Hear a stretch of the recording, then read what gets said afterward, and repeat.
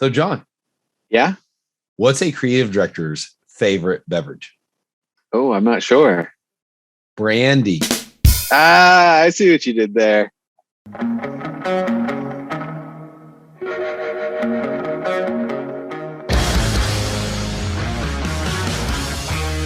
Welcome to the Lion's Share podcast for marketing leaders by marketing leaders. Brought to you by Fidelity Development. Do you have brandy? I do not. I'm a creative director. I don't have brandy. But actually, I've been drinking lately the honey Jack Daniels you got me for my birthday. So I saw online you can make a mule with it. So I've been mixing it with ginger beer, and it's actually better than I expected. That's it. Yeah, honey mule. I can see that. I can see that. So Jack Daniels, if you're listening, we could use a sponsor, and of course that pairs well with Fidelis Regatta ginger beer. Yep. So all the plugs on the podcast today. All right, everybody, welcome to episode 122 of the Lion's Share Marketing Podcast. Several years strong. The episodes keep getting stronger. Like a fine wine, or I guess brandy, we just get better with age, John. At least that's what we're telling ourselves. So, John, we've got a great episode lined up today. Another John Doherty from Credo is with us, and we're going to talk about all things client and agency relationships right now and what's going on that front. But first, John from Fidelis, what's in the news? News team, assemble! So today I want to talk about what Disney is up to. Disney Plus is going to be launching a new version of its streaming app, an ad-supported version. So it will be cheaper, and you will start to see some ads. But Disney, being classic Disney, it's trying to maintain its family-friendly nature. And so they are refusing ads that deal with alcohol or politics. They are refusing ads that advertise any kind of other entertainment companies that are, or streaming companies that are, against them or not for, they're not going to advertise for their competitors and things like that. Yeah. So basically the landscape for, it seems like Disney is being very kind of tight and controlled with its ads, which hopefully, will work out for them. I think it's going to increase scarcity because there's going to be, it's going to be harder to get in, and there's going to be less ads on there, especially, around political time. There's on TV, you see all sorts of political ads that they won't be on Disney Plus. And so I think that will really help them. Absolutely. And I'll tell you, it's interesting, John. They, number one, the fact that the mouse needs to go out and chase a little bit more cheddar in light of everything going on with theme parks and the entertainment slate sort of clearing up, and results have been mixed, to say the least. The stock price has been suffering, and they need to monetize. So this is absolutely a smart play on that side. But I got to say, John, I was pretty impressed that they learned their lesson as quickly as they did from this mess that they got themselves into in Florida. And again, the lesson for that, for all marketing leaders, is if you don't have to pick a side in a political fight, don't pick a side in a political fight. No good can come from it, because even if you win, you lose, especially with issues that are, 50-50, 40-60, one way or another. It's like, why would you even if you said, okay, 60% of the country favors this in any sort of situation, whether that's, you want to talk about hot button issues, whether that's, religious liberties or gun rights or anything along those lines. If you're an entertainment company, you don't have to stick your nose in it. Right. Why tick off the vocal minority when you don't have to tick anyone off? Yeah, exactly. Why tick off 40% of your customer base? Mm-hmm. Because especially a company like that applies to both sides. I understand, if you're, say, CNN or Fox News, and you have a decidedly skewed audience in one direction or the other, and you play to those audience segments, that's understandable. That's in your brand. I never understood why brands like Disney or Nike or any of these other brands that really, guess what? There are plenty of conservatives and liberals that subscribe to Disney Plus. Yeah. And most of them, when they turn on Disney Plus, are not going there to find out about election coverage or anything else. They're there to watch a show with their kids, or they're there to watch Star Wars or whatever the case may be, right? Like I never understood Disney's desire to get involved in politics anyways, on that side of things. But beyond that, the other thing they did right with this was just staying away from all of it. Again, staying away from anything that might offend anybody, because they're playing with found money here. They're going to have scarcity. Like you said, John, they're only going to run 4 minutes of ads per hour is what they're forecasting, which is going to be on the low end. I mean, goodness, if you've ever watched Hulu, I think they have 4 ads every 10 minutes or 4 minutes of ads every 10 minutes. So Hulu is like 9 to 12 ads per hour. So And what's interesting, John, is Disney owns Hulu in its entirety. So they have to have some insight there as to how that does or doesn't perform. And I bet you the app continuity of Hulu to Disney Plus, as far as people that stick around and just watch something else immediately after, I mean, it has to be night and day between the two platforms. And they probably saw that and said, okay, we've got to try to offset that a little bit with fewer ads. And the nice thing is, John, if you have fewer ads, you can charge more for those ads. Right. And if you're creating even more scarcity with category reduction, I mean, they're not going to have any trouble selling these ads. They're going to make their money. I agree. It'll be interesting to me, John, if they take a more programmatic approach and they let people insert based on target demographics and what they want to hit, or if they treat it like a national TV buy and they just say, hey, here's your insertion order. You're going to get X, Y, and Z for that. I think it's going to be more of the former. I do too. I think programmatic would be smarter. And I think that's what they'll do, but it's going to be programmatic with a lot of oversight, because they're not going to allow so many of the categories like you talked about, nothing political, nothing with alcohol. I don't think they came out and said it, but I'm sure there'll be nothing with cannabis or anything in CBD land. So it's going to be, it's basically like advertising on a much more strict version of Facebook, essentially. Exactly.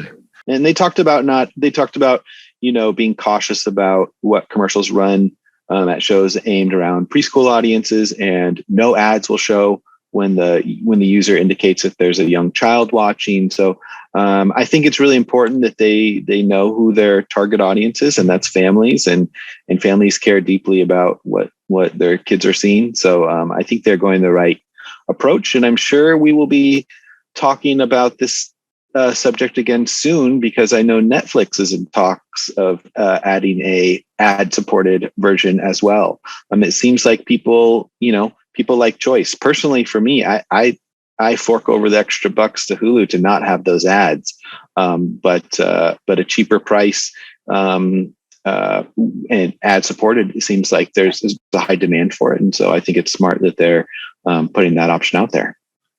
Absolutely. And again, like I said, everyone will sort of get in where they fit in on that side of things. But, it's interesting to me just because Disney has the premium content. I don't know if Netflix can win with this, that they're going to have to keep churning out content. It seems like that their content creation budget has dropped at least to some extent from its highs. Yeah. And as they've dropped their content creation budget, you're seeing less and less shows renewed. They're hitting less and less niche audiences. They catch their lightning in a bottle every once in a while, whether it's something like Squid Games or Tiger King or whatever. It becomes a cult following for a minute, but then when it's done, it's done. And like some of the shows, like, but how do you compete with Star Wars and Marvel? That's exactly right. And Disney can, and that's the thing. Like some of these platforms that Disney's dropping content from, like Star Wars, originally that was just an original trilogy and that's it. And they've taken that in so many different directions. They've taken so many B and C list characters from the original movies. And like, heck, The Mandalorian. Yeah. Like what do you think the total screen time was for The Mandalorian in the original Star Wars movies? Maybe 8 to 10 minutes. Yeah. Tops? Seriously. Yeah. This is an afterthought and is literally one of the biggest stars of the Disney platform, period. Not to geek out on what Disney's doing, but from an IP standpoint, and then their ability to go in and merchandise that. And what's going to be interesting to me, John, is to see if Disney cannibalizes its ad inventory a little bit for its own benefit. And you start to see more targeted ads promoting its theme parks, or clickable ads to, if you're watching The Mandalorian, can you buy a stuffed Grogu doll for your kid that's sitting there watching with you live during the thing. So I think there's a lot of opportunity for monetization for Disney in the long run. I also think there's a lot of opportunity for marketers, because if you're talking about content that your audience is absolutely locked in and engaged with. And if you're trying to hit a certain demographic, I mean, the data that Disney's going to have, like that's top shelf data. Yeah, absolutely. If Facebook data right now is the absolute vodka of data, this is more like Grey Goose or Tito's data that we're going to get from Disney, which pairs very well with our friends at Regatta Ginger Beer. So. Yeah, and for sure. And I mean, I think, Disney is coming for Netflix. Like if you add up the subscribers for Disney Plus, Hulu, and ESPN, they're at, I think, 200 million subscribers, and Netflix is at 220. So they're actually getting pretty close to taking over Netflix's lead. I think the problem that Disney has is their average revenue per user is around $6, while Netflix's average revenue per user is around $15. So I think right now, Disney's taking that Amazon approach and trying to take most of the market share, and then I'm sure we'll see rate increases for some of those streaming services. Absolutely. John, I wish there was a way we could just, bundle some of these services all into one and just pay one bill per month. And maybe has anyone ever thought that way? I know, man, I cut cable, but now we have like Netflix, Hulu, YouTube TV, Peacock. I'm like, what are we doing? Yep. Everyone wants a piece of the streaming pie. So yep. And I think that's part of the thing that hurt Netflix too. Originally they had some sweetheart deals to stream shows like Netflix and Friends, and that's no longer in their inventory. The Marvel movies are no longer in their inventory. Right. All this stuff now lives on their competitors. And so I think there's more pressure for them there. But my goodness, John, if Disney ever truly threw its resources behind content generation and creation and went for a quantity and quality approach and just said, look, like, yeah, we have this many theatrical releases, but we're going to buy 5 to 10 studios and just let them crank out streaming content all day long and twice on Sunday. My goodness. I mean, they could eat Netflix's lunch very quickly if they wanted to go that route. But from a marketing standpoint, I think there's a lot of opportunity there, especially if you remember, John, when Spotify started running ads and when a lot of these platforms started running ads, it was the big brands first, and then they let the SMBs follow.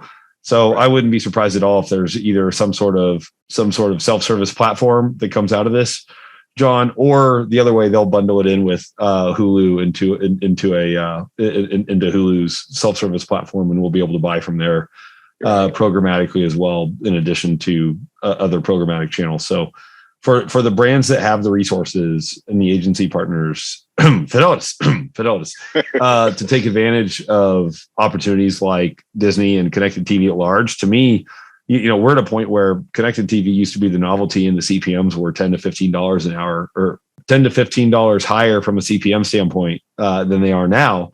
All of a sudden, the pendulum has swung from Facebook being the cheap, sexy, efficient option to big brands are shoveling their dollars into Facebook and Instagram to, hey, maybe there's some opportunities to be had there from an arbitrage standpoint with out-of-home ads and connected TV. So the conversation's absolutely shifting at the end of the day. I agree. Awesome, John. Good stuff as always. Let's get to our interview with the other John from Credo.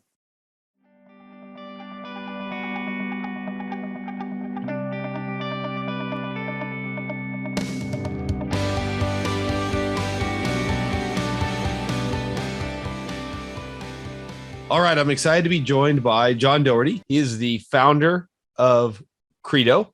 Credo is an incredible resource for connecting agencies and brands and helping people find the right marketing partner to work with. John, welcome to the Lionshare Marketing Podcast. Tyler, thanks for having me, man. I am stoked to be here. Awesome. So, John, tell us a little bit about your background and how Credo came into existence. Yeah, so my background is in digital marketing and specifically search engine optimization. I got into SEO 2009, 2010. I'd been trained as a web developer and was helping to run a book publishing company from Switzerland, publishing English language books from French-speaking Switzerland, and had no budget to go travel to conventions and such, and had to learn how to market those books. So I started learning SEO and basically went from there to an agency in Philadelphia, onto an agency in New York called Distilled, worked there for 2.5 years, working with a ton of incredible brands. And then actually started Credo under the brand HireGun early 2013, kind of on the side because I got out of doing my own consulting and needed a good place to send people that wanted me to do SEO for them. And so I built out a list of people that I trusted and started slinging leads to people, realized there was money in lead generation. My buddy paid me $50 to my personal PayPal account for a lead. He went on to make thousands of dollars. I bought a domain name. And then I went in-house for a couple of years, worked for Zillow on a couple of their brands in San Francisco for just shy of 2 years, and then got laid off and decided to work for myself. So picked up a bunch of SEO consulting and started working on Credo, rebranded it that January, about 4 months after I went out to work for myself, and started growing it. And man, over the last 6.5 years since I've been working on it, basically full time, kind of worked my way into it, worked out of consulting. And then now I've got another venture going on the side of Credo, which is kind of cool. But we've generated over $250 million in digital marketing leads for agencies, made agencies over probably $50 million now in that time. And, I've got a team that runs a lot of the business for me. And, we're in the kind of high six figures of revenue annually at this point. Wow. That's great. That's great. And John, tell me, what are some of the trends that you're seeing with agency client relationships these days? I am seeing a few things. Number one, through the whole pandemic, and this is we're kind of like coming to the backside and the churn of this, but seeing a lot of companies moving to working with agencies simply because the staffing up the W-2 kind of overhead of kind of a full marketing team wasn't working for them. It was just super expensive and they weren't getting the results that they needed. So they'd work with an agency, for the cost of 1-2 full-time employees that could get a whole team and, do all the things, as opposed to like kind of having subject matter experts or trying to manage a ton of freelancers or something like that. So I've actually we've seen a movement towards, as budgets get bigger, we've seen a movement towards full service firms. We used to see smaller people wanted full service firms and not kind of if they wanted an agency. Some of them just want freelancers and want to go build out a team of freelancers, which if you want to do that, just recognize you're going to have to manage all of them. But we used to see smaller people with smaller budgets wanting a full service agency because they just wanted everything in one place. Now we see those ones are looking for kind of the subject matter expert. So an SEO expert, a PPC expert, or a specialist small agency, versus the bigger budgets are now wanting a full service firm that can kind of do all the things for them, and at high quality. As well. So it's actually kind of the market has corrected itself to where I always thought that it should be, because smaller people would want a full service firm. I'm like, you can't afford them. And then, bigger people would want a specialist. And I'm like, that's not what you need. Right. Yep. And so now like the market kind of flipped in a good way. I kind of saw that coming. So that's worked out well for everybody, I think. Absolutely right. And we've all seen the Fortune 500 marketing manager that's trying to herd cats with 7 freelancers and 2 single service agencies. And it's just a complete cluster. And really the brand suffers when you go that route. Yep. And the other thing there, Tyler, is that I used to hear this from, from everyone, but a lot of people would say, oh, we don't want an agency because we don't want to pay for an account manager. We don't want the overhead of an agency. And I just started telling them, I was like, I get that. Like, we all want to cut costs where we can, but I just want you to recognize that if you're not paying for an account manager, you are the account manager. And they kind of like, I'd see smoke coming out of their ears and they're like, wait, hang on a minute. And then they're like, wait, no, I think I actually do want an agency, right? Like once that realization hit them, and I'd rather kind of be that guy that tells them that and lays it to them straight. And then they realize that they need one, as opposed to them like getting in and hiring the wrong person and being like, oh, John did me dirty and didn't tell me about this. Like, no, if you want to be the account manager, you're good at that. You like being a project manager or something like that. Go for it. Be my guest. I hate it personally.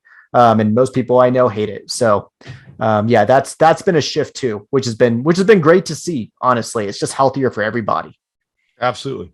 Because really, for an ideal relationship, there needs to be a strong point of contact internally and the account manager on the agency side. And that really keeps the cat herding to a minimum and allows for the true synergies of the partnership to come to fruition. And that's where you start to see enhanced results, I would say. But an agency client relationship, Don, as you know, it can go off the rails at any point, whether with a weaker account manager or with a weaker point of contact internally. You could have Don Draper and the all-star cast of Sterling Cooper, and it's not going to matter if you've got a weak point of contact internally that doesn't know how to manage and harness that power for its own benefit. Well, yeah, totally. And it's interesting that even in Mad Men, I'm a big Mad Men fan.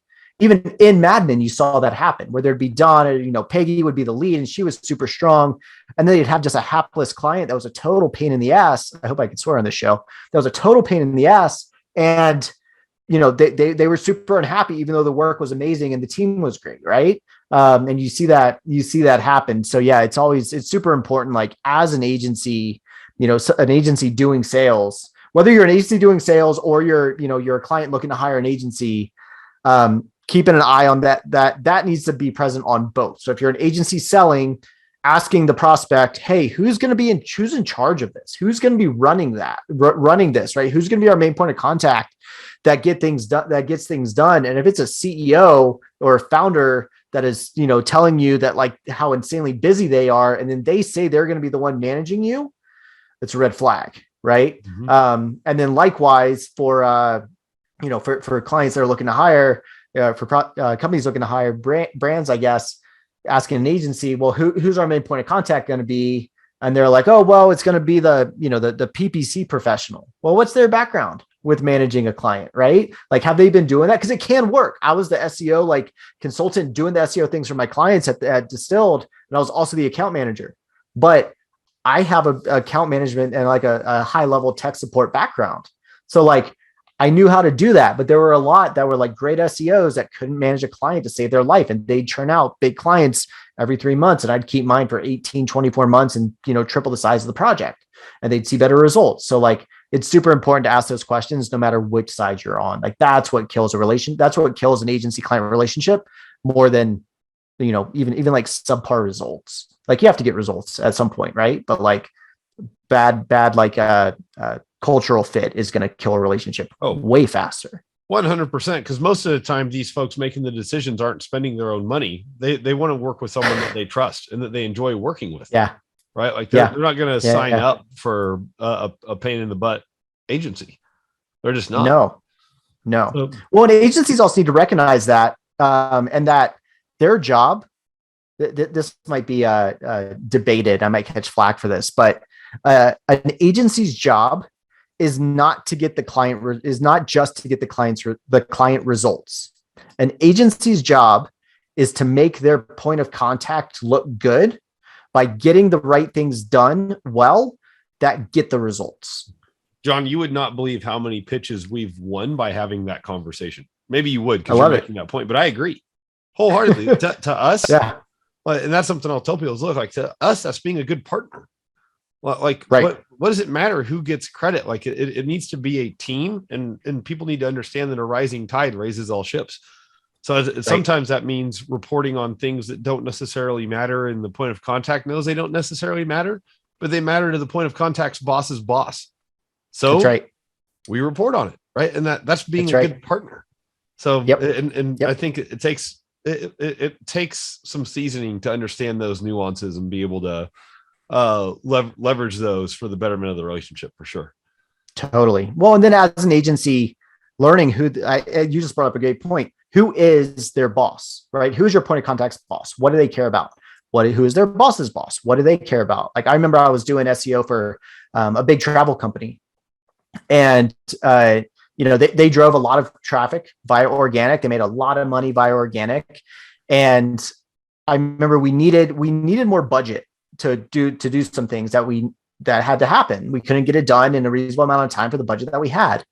And so I remember them saying, no, I'm being, leaned on super hard by Maggie. I'm like, who's Maggie? Maggie was their VP of marketing that was leaning on them super hard. And so I went on a business trip and was I went down there and I was like, hey guys, I would love to meet Maggie. And they're like, sure. And they, made it work. But it was literally a 15-minute meeting. And guess what? By putting in that FaceTime, I learned what Maggie's position was. I learned where she came from. I learned what pressure she was under. And we were able to sell it in that way. And we were able to get the budget that we needed in order to get them the results that they were looking for. So you have to build those relationships too. I mean, the agency game is relationships. That's what it is. Yeah, 100%. And in your opinion, John, what's separating winners from losers amongst agencies fighting for new business these days? What is separating winners from losers? What is separating winners from losers is the agencies that are willing to put in, especially full service firms that are willing to think creatively about how they get clients the results they're looking for the budget that they have. So let me explain that. There are some agencies that are like, they're super rigid on, this is our minimum spend that we'll work with. This is our minimum, like, agency fee for the spend that we're managing, like that sort of thing. But so they'll go, and this has always been true, but it's even more so now, especially in the the financial environment that we're in. In the past, I've seen agencies will pitch, like, instead of pitching what the client is looking to sign for, right, which also needs to be what they need and what's going to get them results, right? So those both have to be there, which I think is important to stress. But agencies will often go and they'll pitch this like giant project, the ideal project, but they don't pitch it as like, this is what we would ideally do, and this is what we can do for the budget that you have, right? And show them the trade-offs, right? They just go and pitch it and be like, it's going to be, $150,000 for the year. And the person's like, I have 50, right? But like, they don't realize that the agency is pitching that as like, this is what would be ideal. And they forget the part that it's like, this is what you can get for the 50 that you have, right? Like, pitch them the 50, show them what they can get, and then where they can go if they can spend more, or where you would like to get them to, based off of your work for the 50, where you would like to get them, and you build towards that together, right? And so agencies that are willing to flip that script and willing to say like, all right, you've got 50K. Ideally, you'd be able to spend 100, but you're not able to spend 100. So here's what we can do for 50. And you just need to understand that we're not going to be able to do as much content. We're not going to be able to run as many ads and get as many clicks. So we're going to need your conversion metrics to be on point. All of those things. Just like helping them understand what those trade-offs are. And then they're like, yeah, I really only have $50,000 for this year for this thing. Cool. Here's what we can do. Right. And they work within what the client has, as opposed to trying to sell them on what they would ideally do, or what you want to work on. Right. Agencies too often forget that, like, it's about what the client is able to do. Not what you want to work on. It's not about winning a Cannes Lion. It's not, believe it or not, it is not. And it's not about like, working on this like new interesting, thing in content marketing and getting the ability to like, build schema into blah, blah, blah. Like, that doesn't freaking matter if it doesn't drive results. Right. And it also doesn't matter if they're not able to pay for it. Right. And you would be doing them a disservice to sell them that if it's not going to get them results. Right. So like, quit talking about those tactics and the new hotness and the latest and greatest, because people that want that are terrible clients anyways. Talk about what it means for the business, right? And show them that you've got their back and that you actually listen to them. That's what's always separated the winners from the losers, but it's especially so now with like budgets being tight, and just all the craziness that we've gone through over the last few years. It's like people are just hypersensitive to any sort of like salesmanship or, trying to sell them on something they don't want. It's just not working these days. It used to a little bit. If you're a great salesperson, you could kind of make it happen. It's just not working these days. Absolutely. And John, at the time we're recording this, that's kind of a good transition point. We'll talk about ad budgets. At the time we're recording this, we're probably at the start of a recession, to give or take. The market's plummeted over the last week or so. They're in turmoil. Yep. We're seeing a trickle down effect. Amazon's worth roughly 60% of what it was. Shopify is absurdly worth 25% of what it was. I saw it's crazy. Shopify had a lower market cap than one of the buy now, pay later options, Klarna, that's a Shopify app, which is just absurd, right? Like, hilarious. So the market's all over the place, but there's going to be a trickle down effect. With that trickle down effect is VC funds dry up and people start to hedge their bets and play a little bit more conservatively. And then on top of that, we've got inflation. So with everything going on, are you seeing ad budgets starting to shrink already? And then what's the trickle down effect of that look like at the end of the day? Yeah, I don't know that we have enough data yet to know if we're seeing ad budgets shrinking or not. We've definitely seen a decrease in the volume of people looking for an agency. Because when macro, like Credo is directly affected by macroeconomic things. Like January, we had a banner month. We had a phenomenal month in January. And then February with the Olympics and the Ukraine invasion and all of that, it was a terrible month. It was awful. And then March was great. And then April was fine. And then like May's off to a slow start. And so like, we're definitely feeling it. We're definitely seeing it with kind of like volume of people looking for, for an outside provider. It seems like everyone's like tightening their belts a little bit and just kind of staying put and being like, what's going to happen here. Right. And just like on the personal side, the people that are looking to, that are going to be running the hiring process for brands, they are, they're concerned about their own 401k, right? They're concerned about, what's going on kind of broader in the market and all of that. They're concerned about making ends meet because cost of living has gone up and all of that. So like, they're distracted. And so that's what we're seeing right now. But yeah, I haven't heard about like ad budgets being like pulled back yet. So the one comment I would give, and I need to also give some clarity here with what I'm about to say. In terms of the public companies that I'm connected to, we're seeing that already with the disclaimer that does not include Live Ventures, which I am on the board of. I'm not making any such comment about a company that I sit on the board of. I just need to make that clear for our friends at the SEC and anyone else that's listening. But amongst others that we're connected to on the agency client relationship side, not that Tyler's on the board of, we're already starting to see that to some extent as they try to right size their financial projections and try to get back in line with their quarterly projections versus what's actually happening at the end of the day. So I think it's happening with the big companies now, and I think that trickle down effect's coming. Next it'll be the medium sized brands and businesses, and then I think the smaller businesses and startups will be affected at the tail end of it. But it's coming, I think.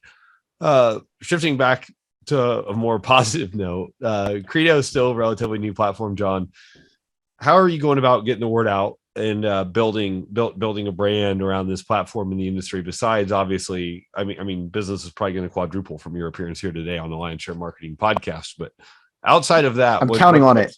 Yes. Outside of that, what's your what's been your strategy for growing the platform? You mean I need to have a strategy beyond getting on this podcast? I'm kidding. So actually, like, podcast has been a decent like driver for us. In the past, it kind of feels like podcasting is the new blogging in a lot of ways. And it's a pretty incredible opportunity to be able to get in front of, a good sized audience. It lives on in perpetuity. People used to do and still do a lot of like guest posting for backlinks and that sort of stuff. People aren't reading blogs and sites like they used to. So like podcasting can be a great way to build backlinks and that sort of thing, and actually like get your thought leadership out there. So this is one way that I do it. And then other than that, Tyler, honestly, I believe in doing the basics well often. So, I like in my mind, amateurs. I heard this from Alex Hormozy, founder of Gym Launch, who I greatly respect. We run in similar circles, have similar mentors. And he said, I heard him say, amateurs like to do the cool new thing versus professionals get the basics right time and time again. And make sure that they've got the fundamentals down. So, the marketing that we do SEO, we do content marketing, we run Google ads, we do Facebook ads retargeting, we write content, right? Like we do all of that, right? The full stack. Yeah, we do the full stack. We have like some LinkedIn retargeting stuff going on. We found some hacks there. Like there's just we do those basics right, and we do them well, and we do them consistently, and we put budget towards them. So that's really how we've gotten the name out there. I've tried, and I'm trying a little bit more again, like sponsoring newsletters and and that sort of thing. Kind of TBD on how that's all going to work, how well that's going to work out. But, that's really how I've gone about growing the brand. And we're really not that new, Tyler. We've been around I've been working on it since September 2015. So that's 6.5 years. That's over 6.5 years now. That's fair. So yeah, it's been a decent amount of time, for sure. We just, we do the basics and we do them well. Is what we try to do, and and put good budget towards them as they're profitable. Like I see a lot of companies spending and not knowing what they're getting. Like I manage my numbers tightly. I manage my daily numbers, my weekly numbers, my monthly numbers, my quarterly numbers, my annual numbers. I know them all. I know, week in, week out, what is each of our channels returning to us, like projected, like revenue wise. I know that down to the channel. So, I know what our return on investment is, like all of that. So, that's really what we're doing. Credo's not a moonshot. It's not going to be a $20 million business. It's not going to be a $10 million business. Like it's not even a 7-figure business yet. It's a tough business to grow. It really is. I'll be completely honest. But by being, consistently good at what we do, it grows consistently. So, and then part of it too, Tyler, is just like outside of marketing is just, we have a unique take on the space. We have a unique way in which we do things, right? There's the kind of the big directories that, just sell feature profiles and advertising to agencies to be put at the top. Yes, we have feature profiles for agencies. It's a good revenue channel for us, but, or line for us, but it's not the bulk of what we do. The bulk of what we do is we help companies get connected up with and hire the right agency. We're not just giving them a list of, 10,000 SEO agencies and saying, good luck, right? Go spend literally weeks of time interviewing agencies and then hoping you hire the right one. We get you introduced to 3 that are qualified to do what you need for the kind of business that you are within the budget that you have. And we do it within 24 hours.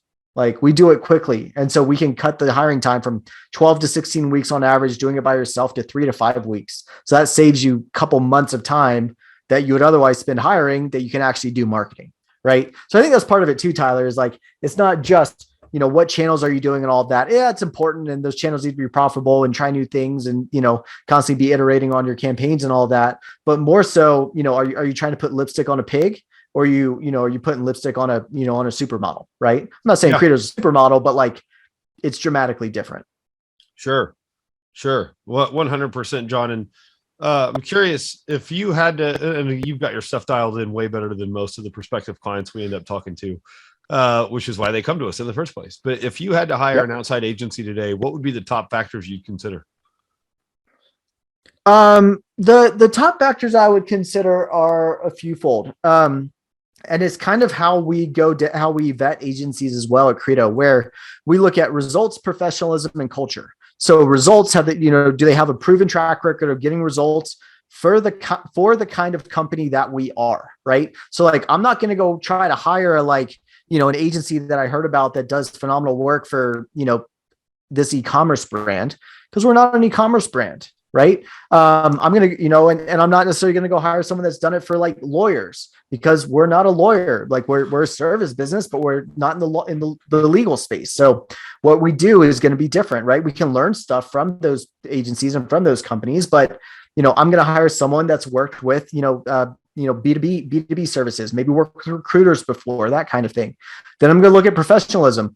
Are they, do they send a freaking meeting invite for for our meetings? Do they include the Zoom link, right? Like that sort of stuff. When they're writing, do they have good grammar? Like it seems basic, but like this tells you a lot about the company, and then also about who they're probably hiring. Because if they don't have, good grammar and they're not speaking professionally and they're not doing all that, they're not going to look for that in other people. And that's something that's super important to me. So, so are they professional in that way? And then culture, like, do I like them? Do I think I can work with them? Right? Do we have good, like healthy banter? Like, would I want to go? I mean, it's kind of the airplane test, right? Would I be happy sitting next to them flying across the country? Amen. We say the same thing with our hires. Same thing. Yeah, totally. Yeah. Totally. Yeah. Yeah. Like would I want to spend, good time with them? Would I want to sit in a boardroom with them for a full day and like overhaul marketing strategies? If not, and then are they going to be the ones that are like, hey, you're a bourbon guy, right? Let's go to this steakhouse that has a great old fashioned, like I'm looking for those sorts of people, so that's who I'd hire. I got at this earlier, Tyler, but I'm just so tired of people like looking for an agency that like is doing all the breaking news and, is like talking about X, Y, or Z new thing in Google's algorithm or this new thing and, the ads manager or whatever. Like that stuff changes, right? It changes. And yes, like you need to keep an eye on it because it might affect what you do. And there's going to be new opportunities for these things. But man, I want someone that has a long track record of driving great results and being a good person to work with. That's what I'm looking for. Yeah. I agree completely, John. And that's all critical to it. And it's easy to have shiny object syndrome and just to check whatever the thing of the moment is. But long-term, it comes back to, hey, are the principles sound? They guide the strategy, right? Because if anyone can catch lightning in a bottle on one campaign, but to be able to go back to the well and do it again and again and again with different clients and different verticals and with different ad budgets and different audience sets and different assets in the quiver to shoot arrow wise versus, obviously some brands are more resourced than others. And other times it's like, hey, like, we need you to make champagne out of lemons, like that's right. That's what we've got to work with. So, I think it really comes down to, again, making sure that you've got that right fit that you can trust. John, if you had to look at all of the agencies that and there are a lot, who's your favorite agency and why is it Fidelitas? Oh man, you just teed me up there. That's for sure. I don't know that I can answer that question, to be totally honest with you. Yeah, I mean, the thing is, like, when it comes to the thing is, like, my favorite agency is going to be completely different from like who someone should necessarily hire, Absolutely. Like I've got an interesting view on the space, Tyler, because I see, hundreds of companies a month. I've worked with 350 plus agencies. There are very few out there that I don't recommend. There are definitely agencies that I don't recommend and people I don't recommend other brands work with. But those are the exception. Those are by far the exception. And so, I love the agencies and agency owners that are honest, right? They're good people. They're open to good, like healthy debate. But they're also really focused on getting results and they're focused on, they're focused on like working with great people. They're focused on driving great results for their clients, and they're focused on building a great place to work. That's what I really value in an agency and in an agency owner. And then agencies that are just looking for new opportunities, for their clients as well. Right. So, I don't know Fidelitas as well as I probably should. We can fix that. I assume that those are a lot of things that y'all are doing as well. Right. I mean, just like looking at your site and looking at how you message yourself, like, it seems like that's, that, and just knowing you the little bit that I do, it seems like you're always looking for, new ways and new interesting things to do that are going to get, clients better results and have a little bit of fun while you're doing it. Absolutely. And I just had to put you on the spot there for a minute, John. How'd I do? Great. All right. So, and John, if you were to give our listeners one key takeaway for today, what would that be? I think the key takeaway would be, if you're an agency, so I have two takeaways. I'm going to speak to both sides of the market. Number one, if you're an agency, you have to set yourself apart from what other people are doing, right? There are so many like quote unquote SEO agencies out there. There are so many like, link building companies or content marketing agencies or whatever. You need to set yourself apart. And honestly, it's so easy to set yourself apart as an agency. Show your face. Talk about your customers, talk about how you do what you do. Like, don't be afraid of giving away the farm because most people are lazy. And if you tell them, you teach them how to do what you do, they're going to go, oh shit, that's a lot of work. Can I just hire you to do it?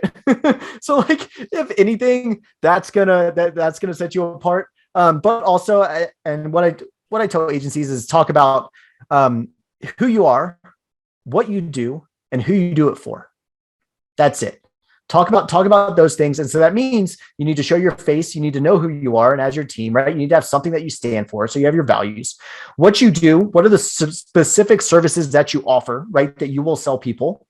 And then who do you do it for? Talk about the types of companies that you do it for, right? If you're focused on, Facebook ads for direct to consumer, you need to talk about how you do Facebook ads for direct to consumer. You need to talk about, stuff that's going on with Facebook ads. You need to talk about campaigns that you've run. You need to have case studies about direct to consumer companies that you've run Facebook ads for.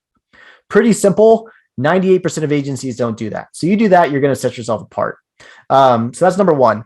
And then on the client side, don't just go ask. I actually say this on one of our pages on Credo. I think it's on our How Credo Works page. Stop asking your aunt which agency she would hire, right? Like if you're an e-commerce business, don't ask your buddy that runs a SaaS company who they hired, because they should have hired a marketing agency that has deep SaaS experience. And that marketing agency that has deep SaaS experience might not have e-commerce experience. They might, in which case, cool, right? But like look for the companies that have the proven experience doing what you need for the kind of company that you are and in the stage that you are. Like if you're, you've caught traction and you're scaling up, don't hire someone that's good at getting like ad campaigns started for people. Hire someone that's good at scaling up ad campaigns, and vice versa. If you're just getting started, don't hire someone that specializes in scaling ad campaigns. You might need that eventually, but right now you need to get to the point where you're going to need that. You need someone that's good at starting.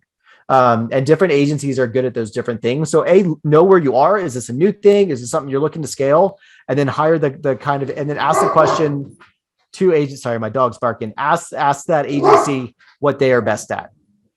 Absolutely. That's great. And it clearly sounds like, John, it's time for a walk. We'll be respectful of your time. But before we let you go, anything else you want to plug? Obviously Credo, but anything else you want to plug?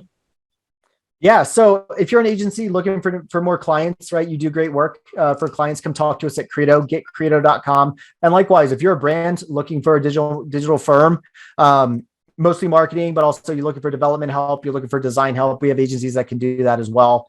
And then also, I mentioned it at the start, but I also run a company called Editor Ninja, which is basically on-demand copy editing and proofreading services. So if you're a brand that's producing content, or you're an agency producing content for clients, and hiring editors is hard enough, or hiring writers is hard enough, having to hire editors is just another hard thing to do. You don't have to deal with that anymore. Just come talk to us at Editor Ninja, and I can show you how we take all of that off your plate and can turn around content for you in quick amount of time for super competitive prices. So that's what we do. That's what takes up my day. And I appreciate you having me on, Tyler. This has been fun.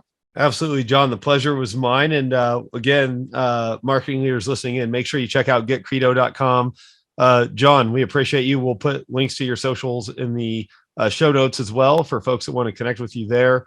So, John, thanks again for your time and for jumping on the Lion Share Marketing Podcast today. Thank you, Tyler. I appreciate it. All right, guys, that wraps up episode 122 of the Lion Share Marketing Podcast. On behalf of John the Wizard Merlin and myself and all of our team at Fidelitas, thanks for listening along. As a reminder, if you have marketing, branding, PR, social media, retention, or just straight up, I need to grow my business and make some money needs, we'd love to talk to you. You can drop us a line at info@fidelitasdevelopment.com. Or I'm going to give out John's cell phone here in just a second. He prefers calls between the hours of 10 p.m. and 4 a.m. Pacific.